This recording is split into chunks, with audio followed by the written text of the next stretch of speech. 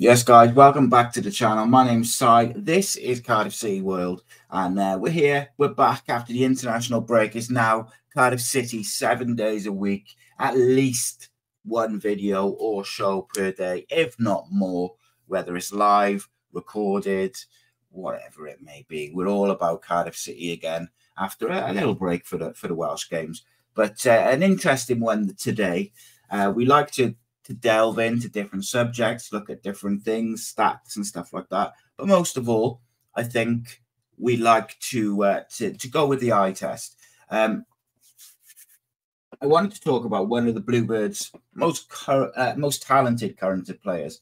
Often can split opinion with some, but I think most will agree that he's found more consistency in his performances the last 12 months or so. Is it purely down to the fact that he starts more games and found that rhythm? Has he actually found consistency, or is it a bit deceiving? Let's do the eye test versus the stats. Let's look at it that side. Let's get into it. Today, we are, of course, discussing Rubin Colwill and what I think he needs to add to his game to hit the next level. Of course, it's opinions. Let me know yours in the comments. But personally, I think this season in particular, Rubin has looked stronger, fitter than previous season. It feels like Rubin's got 90 minutes in him more now. And I'd be interested actually to look to see if he's actually completed 90 minutes more, because it feels like he has, but maybe he hasn't. Is it as simple as that he's just been given more opportunities to play week in, week out? For me, I think that's definitely part of it. Of course it is, because you can find a rhythm. I can't imagine any player wants to constantly be in and out of the starting 11 or constantly being brought off at the hour mark when they do get a chance. You know, even when they're playing exceptionally well. I think the big examples of that was the second half of last season. Rubin Colwill was playing really well for Cardiff. There was a few games where he was exceptional, but then the next game he'd be on the bench, or he'd come on, be playing well. Other players probably not as well, but he would be the one to come off at the 60, 70-minute mark. So that was definitely an issue. You could see that was probably playing with his rhythm and his confidence and stuff like that. But most of all, I feel, is not an exaggeration. I said it at the time. Cardiff City look better from a creative and attacking point of view with Rubin Colwill on the pitch, particularly when Rubin Colwill's in the 10. And I want to discuss that and delve into that a little bit more today. Like, another thing I feel that we've seen this year from Rubin is he's dominating and dictating games. He's pulling the strings. We saw this in glimpses last season, but after January, there was definitely a bit more consistency, but it felt a bit stop-start due to selection kind of things. There were several games in the latter part of that season where he was playing really, really well. And as I just mentioned, he'd then be out of the starting 11, on the bench, rotated. That is going to hit anybody's confidence, anybody's rhythm. And it did feel like he was the kind of manager's scapegoat, for lack of a better term. You know, me and Paula Bandanato had a big, long conversation about it. Like, we felt like if you were Rubin and you put yourself in his shoes, would he get a bit fed up of it? Was he being treated a little bit shoddily by the manager? I think it's definitely open for discussion. It's opinions, because I know some people feel that he's not as consistent and he hasn't perhaps got that final product. But I said at the time, and I'll say it again, Cardiff City look more likely to create goal-scoring opportunities when Rubin Colwill's on the pitch.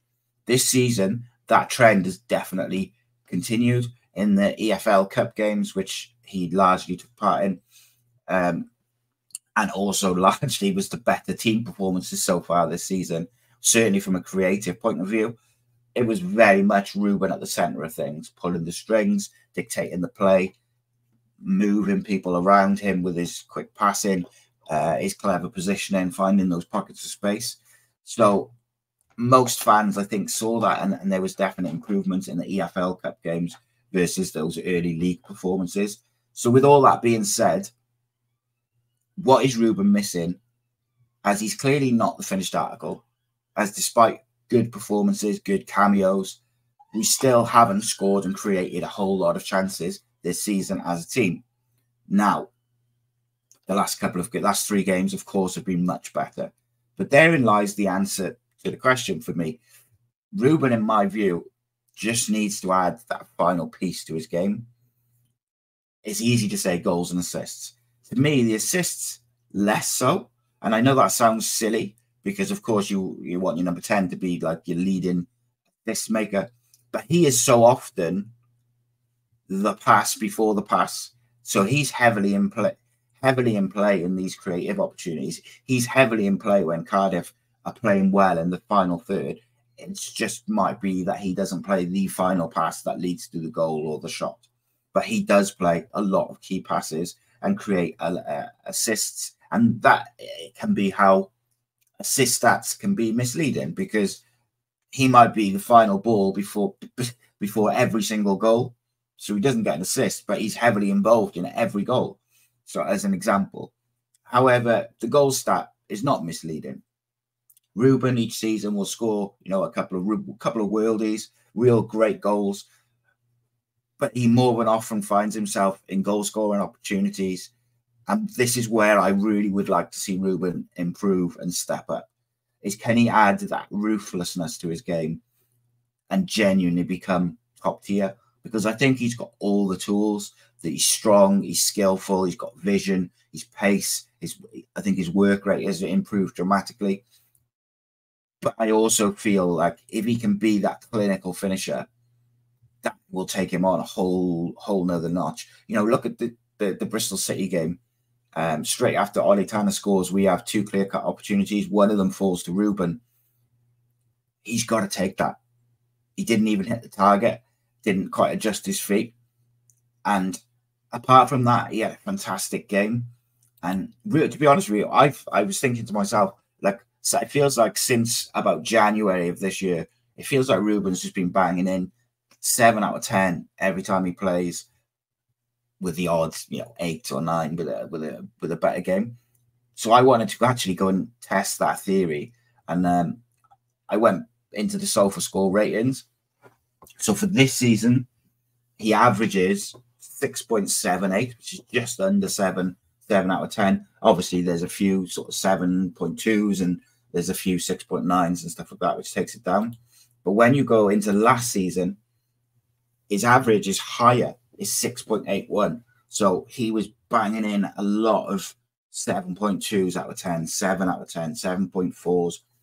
Very, very consistent since January of this year. And the reason I wanted to talk about Ruben today in this video is I really feel that Ruben has all the tools to go and play at the top. There's just one or two things that he needs to improve on to make that difference. And I think, let's call it the final part, but certainly the finishing, I feel like his decision making in that moment, in that decision to shoot, to play a through ball, to carry it, if he can just improve that final decision, he's going to be on a whole different level. And for me, and this is only my view, people will agree, people will disagree.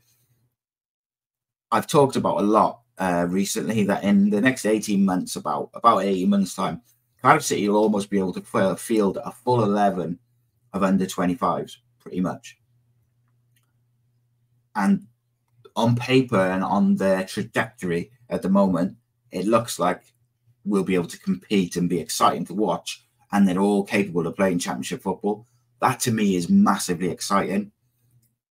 But also, in my opinion, if Ruben can add that clinical element in his decision-making and his finishing in those situations, not only will he discover a new level individually, but I think the Bluebirds will shoot up the table, because in my view, he is that good.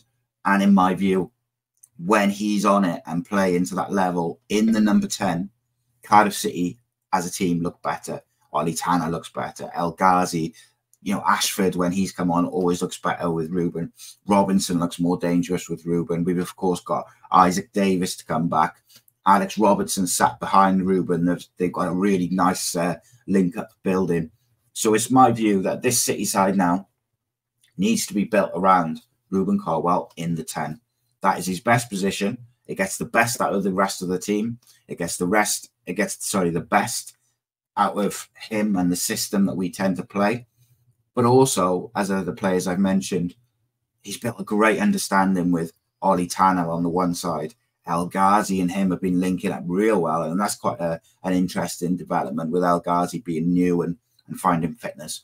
Kean Ashford always looks like him and Ruben just know where each other are going to be. So hopefully Kean can force his way in now and get some opportunities. Ollie Tanner the same. Callum Robinson, I always feel he looks more dangerous with Ruben right behind him. And of course, I mentioned the returning Isaac Davis. Hopefully Isaac's not too far away, because it's an exciting time for Cardiff City with all these players coming through. And Ruben Colwill is at the forefront of that because he's been involved a bit longer. He's 22. He's ready to kick on. Hopefully, whoever the new manager may be, we will see Ruben really implement that ruthlessness in his finishing and his final decision-making, because I truly believe that if Ruben Colwill plays well, 9 times out of 10, Cardiff City play well. And for me, it's a no-brainer to build around the homegrown, talented 22-year-old. Maybe you guys agree, maybe you don't. I'll be really interested to hear what you guys think, because he does split opinion a little bit. As I say, I think Cardiff look better when Ruben's in the 10 as a team. We go to Plymouth this Saturday. Plymouth come to us this Saturday, should I say. It's a winnable game. Cardiff have been in decent form. I think there's a clear difference in the way we're playing. And even in that whole game, you could see the differences were there. We just got punished for mistakes. Yes, we beat Millwall. Yes, we should have really put Bristol to the sword and been 2 or 3 up within 10, 15 minutes of that second half. But we have to build on that performance either side of half-time against Bristol. That's how Cardiff City should be playing football. That's what they're capable of playing football like.